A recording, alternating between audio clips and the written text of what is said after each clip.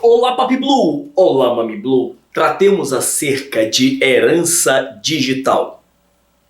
Meus amigos, o tempo chegou. Nós não temos hoje no Brasil qualquer lei ou qualquer regulamento que trate sobre a herança digital. São bens incorpóreos, são bens virtuais. Atualmente, são as plataformas que têm cada uma e de modo contratual o seu modo de tratar sobre o legado, sobre a herança virtual.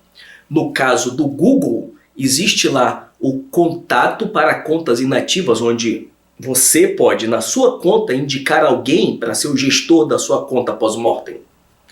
No caso do Meta, do Facebook, existe a possibilidade de qualquer pessoa apresentar o documento da morte de um usuário e transformar a conta em memorial ou excluir a conta. No caso da Apple, existe lá o campo chamado contato delegado, aonde essa pessoa que lá esteja nomeado vai ser o gestor da conta pós-mortem. Então varia plataforma a plataforma. Nós temos no Brasil alguns projetos de lei para a herança digital. Olha aí. Só que eu já andei lendo e tudo que consta é alteração do Código Civil declarando que existe herança digital e determinando que ela seja entregue para a lista dos sucessores do Código Civil. Ou seja, ajuda pouco ou nada, apenas reconhece formalmente a existência. Diferente dos outros vídeos onde eu tento trazer respostas, aqui eu só vou trazer perguntas, mas vou trazer uma proposição.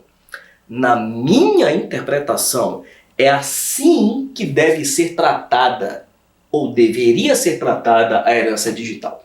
Que, olha só, temos que dividir a herança digital em dois tipos: não patrimonial e patrimonial. Não patrimonial é aquela que não gera receita. É aquela que tem valor afetivo, sentimental.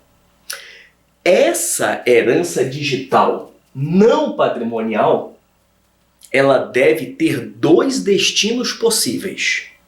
Deve ser, olha aqui, ou eliminada ou ter os dados mantidos.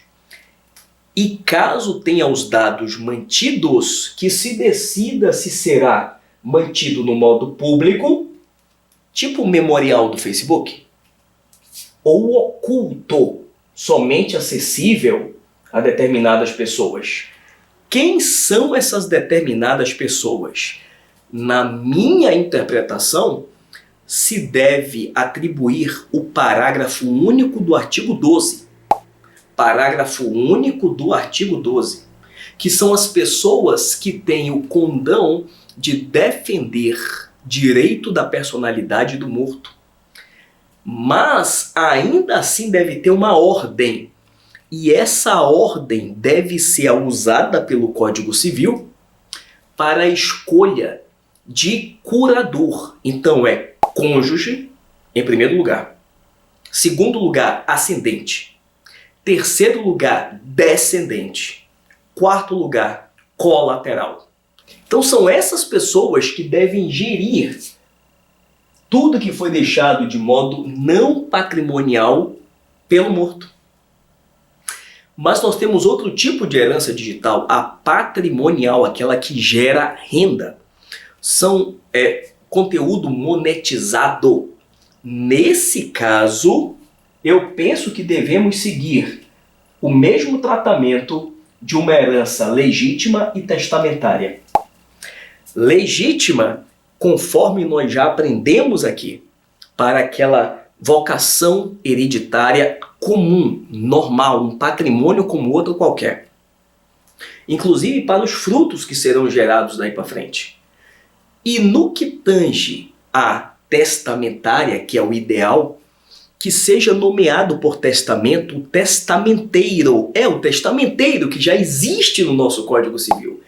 Esse testamenteiro é que será o gestor da herança digital. Se for o caso, até entregando para quem o morto queria ou ele mesmo será o gestor, tendo acesso, por testamento, a todas as senhas.